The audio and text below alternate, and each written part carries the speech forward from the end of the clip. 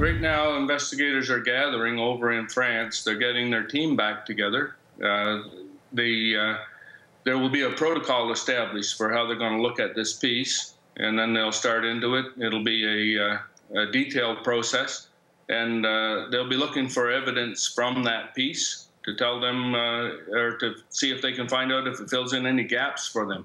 If this turns out to be a piece from that aircraft, which everybody believes that it will, then this is a very significant find, because in fact, as an investigator, you could say that this if you can't find the flight data recorders, this might be the best case scenario other than that, because this is a very significant piece from a very significant part of the airplane. It's a control surface, if you will. So there's all kinds of things that you can find out from examining that control surface. They'll be able to tell by looking at the wreckage pattern whether or not that piece came off while the airplane was still in the air.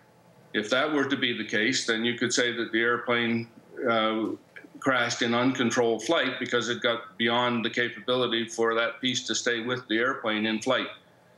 The opposite to that would be that if the piece were determined to have come off during landing or during touchdown on the water, then that would mean that the aircraft crashed in controlled flight, because that piece could only really come off the way that it did if it was extended. In other words, if somebody in the airplane was trying to land the airplane in controlled flight, they would put the flap down, and the flap would therefore drag in the water on landing, and that would be what ripped it off. So there's many things many holes that you'll be able to fill in by examining this one particular piece. It's probably the one piece that, as an investigator, you would ask for, other than the data recorders.